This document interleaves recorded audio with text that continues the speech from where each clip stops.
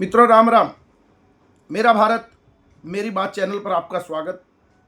आज के इस अंक में हम बात करेंगे राहुल गांधी द्वारा जो मैंने पिछले भी वीडियो में बताया था कि एसआईआर और वोट चोरी को लेकर कि किस तरह से राहुल गांधी ने चुनाव आयोग पर अपने आरोप लगाए हैं कि हमने चोरी पकड़ ली। अगर ये 25 सीटों पर हमने एक सीट का बताया है, वो बेंगलोर जो की सीट है, और उसमें महादेवपुरा जो विधानसभा है उसके आंकड़े उन्होंने दिए और कहा कि पूरे देश में वोटों की चोरी हो गई। राहुल गांधी कुछ बातों में तो अपनी बात को ही काट रहे और स्पष्टता से भी कुछ कह रहे हैं। एक तो बात उन्होंने कही कि वहां पर एक मकान के अंदर 80 वोट थे एक कमरे के अंदर, और उसका जवाब जैसे मैंने पिछले वीडियो में बताया था, वहां के मकान मालिक जो रेड्डी थे उन्होंने बताया कि लोग आते हैं, किराए पे रहते हैं, चले जाते हैं, वोट नहीं कटते। लेकिन एक बात तो तय हो गई इस देश में कि ईवीएम तो बिल्कुल ठीक है। ये खुद राहुल गांधी ने मान लिया, क्योंकि अगर मकान नंबर 56 में या जो 30 नंबर 40 नंबर जो भी है मकान, उसमें वोट 80 हैं, 120 हैं, दूसरे मकान में 28 वोट बने हुए हैं, या राहुल गांधी का आरोप है कि चेहरा ठीक से नहीं दिखाई दे रहा, या जो भी एक व्यक्ति का वोट लखनऊ में भी है और महाराष्ट्र में भी और बेंगलोर में भी है, उनके ये मोटे मोटे जो आदित्य श्रीवास्तव को लेकर उन्होंने नाम भी लिया था उसका, वो है। तो इसका एक मतलब तो ये क्लियर हो गया, स्पष्ट है कि ईवीएम में कोई गड़बड़ी नहीं। क्योंकि पहले आरोप ये था कि मैं कोई भी बटन दबाऊं तो वो, अगर मैंने हाथ के पंजे का वोट का बटन दबाया है तो वो अपने आप फूल के निशान वाले की गिनती में चला जाता है। अब इससे तो ये क्लियर हो गया कि जो ईवीएम है वो ठीक है, वोटर लिस्ट में गड़बड़ है, क्योंकि वहां पर कुछ उन्होंने गड़बड़ की बात की। अब उन्होंने कुछ बातें कही, वो चुनाव आयोग को भी जवाब देना चाहिए और बीजेपी वालों को भी इससे राहुल गांधी से ही प्रश्न पूछना चाहिए, खासतौर उसी महादेवपुरा विधानसभा को लेकर, जो मेरा अपना आकलन है। क्योंकि जिस मकान की वो बात कर रहे हैं उसमें 80 वोट बता रहे हैं, वो क्या कह रहे हैं कि उसमें 80 वोट बने हुए हैं। अब उन वोटों की उसी एक मकान की जांच करनी चाहिए। जहां तक मेरा अपना अंदाजा है, अपना अनुभव है, उस 80 वोट में हो सकता है कि 40 वोट लोगों ने, क्योंकि वो वहां से छोड़कर गए हुए हैं, तो उन 40 वोटों ने तो वोट ही नहीं डाला होगा। हो सकता है 80 ने भी डाल दिया हो, अगर वो यहां से छोड़कर, अपने मकान से छोड़कर अगर दूसरी गली में रहने लग गए या तीसरी गली में रहने लग गए या उस मोहल्ले में रहने लग गए, तो वो वोट होता है, वो अपना लिस्ट देकर डाल आते हैं। लेकिन मुझे लगता है कि उसमें से 30-40% लोग ऐसे होंगे वो शहर छोड़कर चले गए होंगे या बड़ी दूरी पर चले गए होंगे, और 80 लोगों में से अगर 20-30 लोगों ने वोट ही नहीं डाला, तो राहुल गांधी का ये जो नैरेटिव है कि फर्जी वोट बनवाकर और चोरी के लिए अगर फर्जी वोट है तो वो डलने भी चाहिए थी, अगर उनकी पोलिंग ही नहीं हुई, तो इसका मतलब ये जो आप फेक नैरेटिव फैला रहे हैं ये झूठा है। ये चेक करना चाहिए जो जो उन्होंने नाम लिए कि एक एक पते पर कितने वोट हैं, अगर वो लोग दूसरी जगह चले गए हैं उनका भी पता करना चाहिए। इसी विधानसभा से ही पूरे देश की स्थिति स्पष्ट हो सकती है। क्योंकि अब पते की बात है, अगर मैं अपनी बात करूं, मैं जब वोटर कार्ड मेरा 1993-94 में मैं वोट बना मेरा 18 साल होने पर, और जब हमारी शादी हुई तो मकान नंबर बदल गया हमारा पति पत्नी का। क्योंकि क्या है, पहले यहाँ हमारे 18 वार्ड होते थे, फिर 27 वार्ड हो गए, फिर 31 वार्ड हो गए, तो हर दूसरे तीसरे साल पर आकर मकान नंबर ही बदल जाता है। छोटे शहरों में तो खास तौर पे ये है, बड़ी बड़ी कॉलोनियाँ हैं जिनमें जो अर्बन स्टेट या मॉडल टाउन जैसी, उसमें मकान नंबर एक रहता है। पुराने शहरों में तो रोज मकान नंबर बदल जाता है, मीटर पे मकान नंबर कुछ है कुछ है। तो हम पति पत्नी का वोट भी अलग पते पे बना हुआ है, तो इसका मतलब हम भी फर्जी वोटर हो गए। ऐसी स्थिति है। राहुल गांधी का भी हो सकता है कि किसी पते पे, क्योंकि वो सरकारी सुविधा में रहते हैं तो उनका पता तो क्लियर ही है, लेकिन जब वो आदमी मकान बदलता है तो उसके पते भी बदलते हैं और अपने मकान का भी नंबर कई बार बदल जाता है। कई बार नहीं, अधिकतर छोटे शहरों में तो बदलते ही हैं। अब रही दूसरी बात, वो कह रहे थे, आरोप लगा रहे हैं, मैं राहुल गांधी से भी मेरा प्रश्न है कि आप इस बात को इग्नोर क्यों करते हो। आपने कहा कि एक फोटो जो है वो धुंधली है। वैसे तो अगर जितने भी मेरे दर्शक देख रहे हैं, पूरा भारत है, वो तो चुनाव आयोग से, और आजकल की युवा पीढ़ी तो खास तौर पे ये चुनाव आयोग से शिकायत करती ही है कि हम जो हैं, हमारी फोटो वैसे साफ फोटो नहीं आती, जो हम आजकल डेंटिंग पेंटिंग एडिट करके काले को भी गोरा बना के आजकल इंस्टाग्राम फेसबुक ट्विटर पे वीडियो डालने का शौक है, तो वहाँ तो हम इतने सुंदर बनते हैं, लेकिन वोटर कार्ड की स्थिति ये है कि हम जो हैं उससे भी भद्दे दिखते हैं। ये शिकायत तो राहुल गांधी की मानने की है कि उनको कहना चाहिए कि हमारी साफ सुथरी चुनाव आयोग को कि हमारी साफ साफ फोटो आए, लेकिन वो कह रहे थे कि इसकी वजह से कि शक्ल धुंधली है, मिलती नहीं, इसकी वजह से फर्जी वोट बीजेपी में डलवाए।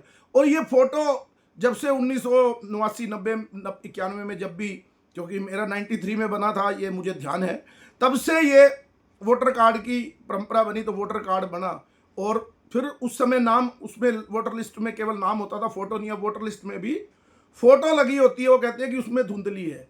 भैया आप राहुल गांधी जी इतना आरोप लगा रहे हो कि धुंधली वोटों देखकर पहचान नहीं हो पाती और फर्जी वोटिंग हो जाती है, लेकिन मेरा प्रश्न है, ये तो चलो फोटो है, कुछ धुंधली होगी, कुछ पहचान होगी, लेकिन आप तो जिन इलाकों में मुस्लिम महिलाएं बुर्का डालकर आती हैं, अपनी फोटो भी नहीं दिखाती, और चुनाव अधिकारी उसको कहते हैं कि अपना बुर्का हटाकर आप अपनी एक बार शक्ल का मिलान करने दो।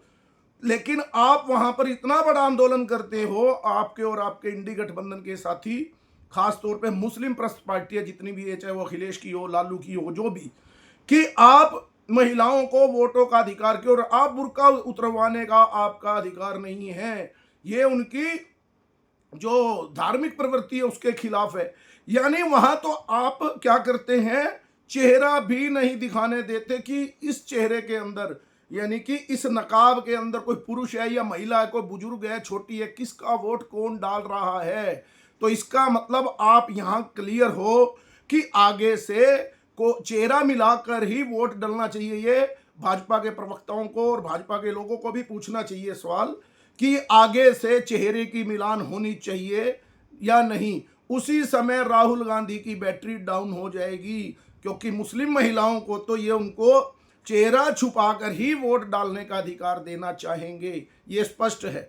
और रही बात जो वोटर लिस्ट में छटाई की, तो अब बिहार में ऐसा ही हो रहा है, तो इनको तकलीफ यही तो है, क्योंकि इनका जो घुसपैठिया वोट था वो यहाँ कट रहा है, यानी बिहार में वो वोट कट रहा है, तो वहां पर तो उनको दिक्कत है। लेकिन महाराष्ट्र और कर्नाटका का उन्होंने उदाहरण दे रहे थे, वहां पर वोट बढ़ रहा है तो उनको तकलीफ है। यानी यहां कटता है तो तकलीफ, वहां बढ़ता है तो तकलीफ। एक उन्होंने, अब बहुत से लोग कहेंगे कि चुनाव आयोग ने यह कहा कि आपको क्या करना होगा, राहुल गांधी को कहा कि आपको एफिडेविट देना होगा, लेकिन चुनाव आयोग की गलती है मुझे लगता है, क्योंकि ये जो परिवार है नेहरू गांधी परिवार, ये संविधान से भी ऊपर है और हमारे देश के प्रधानमंत्री से भी ऊपर है और राष्ट्रपति से भी ऊपर है।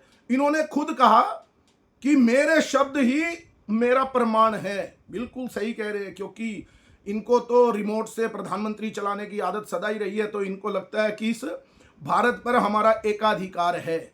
जैसे स्वतंत्रता पर ये कहते हैं कि हमारे ही खानदान ने दिलवाई है। जब भारत आजाद हो रहा था, पता नहीं उस समय सोनिया गांधी की क्या कर रही थी, लेकिन आज़ादी सोनिया गांधी राहुल गांधी ने ही दिलवाई भारत को।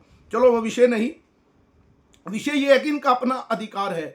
अब चुनाव आयोग ने कह दिया कि एफिडेविट दाखिल करें, लेकिन ये एफिडेविट दाखिल नहीं करेंगे, क्योंकि वहां पर वो प्रूव हो जाएगा कि आपके ऊपर केस दर्ज हो सकता है।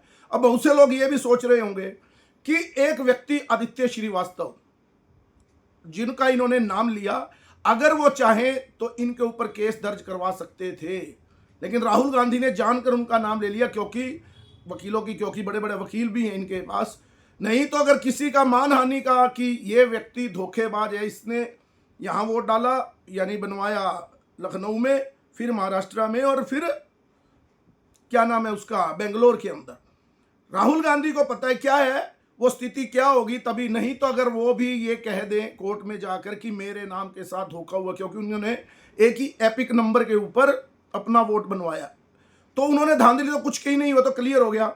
लेकिन वो कोर्ट में जाकर राहुल गांधी को इसलिए नहीं फंसा सकते क्योंकि एक कानूनी प्रक्रिया है कि आपको जब भी अपना वोट कटवाना हो तो उस अपने पुराने एड्रेस पर जाकर वो चुनाव आयोग को देना होता है, जो उनकी टीम होती है वहाँ की लोकल, और उसके बाद फिर उसमें लंबा प्रोसीजर है और फिर वो नई जगह पर जाकर अपना वो कार्ड कटवा कर और फिर देना पड़ता है, फिर दाखिल, फिर वहाँ प्रक्रिया होती है।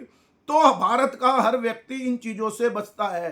वो जाता है, पिछला वोट अपने आप कट जाएगा, मुझे यहाँ वोट डालने आना नहीं, वो छोड़कर चला जाता है और नई जगह जाकर चुपचाप अपना वोट बनवा लेता है पीछे से। जैसे SI अरब हो रहा है तो होता ही रहता है रूटीन में, तो अड़ोसी पड़ोसी से पूछते हैं और उसके वोट को काट देते हैं। और नहीं कोई घर पे बैठे बैठे भी BLO जो होते हैं वो कर लेते हैं, तो वो वोट लगातार 20-20 साल भी चलता रह सकता है। लेकिन इस व्यक्ति ने अपने एक ही पे वोट डाला है।